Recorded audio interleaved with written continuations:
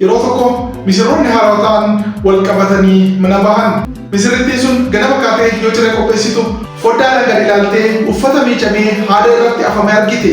Yeroo abbaan manaa isii dhufee isii bira gahu ilaalmee namittiin ollaa kennaa uffata miicuu hin beektu. Uffata miice jettee xurii waliin hafti jettee abbaa manaa sitti himte. Guyyaa sanarraa eegaltee yeroo hundaa yeroo namittiin sun uffata miicitee haftu hunda ilaalaa namittiin sun akka waan miicaa hin dandeenyetti yaaddee yeroo hunda ajaa'ibsiifatti.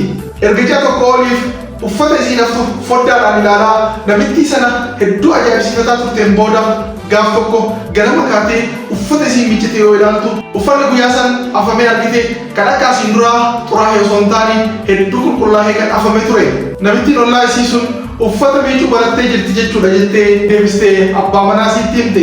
Abbaa manaa isiis ganamaan ka'ee foddaa mana isaanii akka qulqulleessee fi yeroo kana hunda wanti isiin ajaa'ibsiifataa turte rakkoo namitti ollaa isaanii galtu osoo hin taane rakkoo qulqullina dhabuu foddaa mana isaanii akka ta'e itti hime. Eeyyeen foddaa kan kee kan gara alaa ittiin ilaaltu osoo hin sirreessin namatti hin murteessin. Qulqullinni wanti nu ilaallu qulqullina wantichaatiin osoo hin ta'in qulqullina foddaa keenyaatiin murtaa'aa waan ta'eef osoo namatti hin murteessin dursinee foddaa keenya qulqulleessuun dirqama.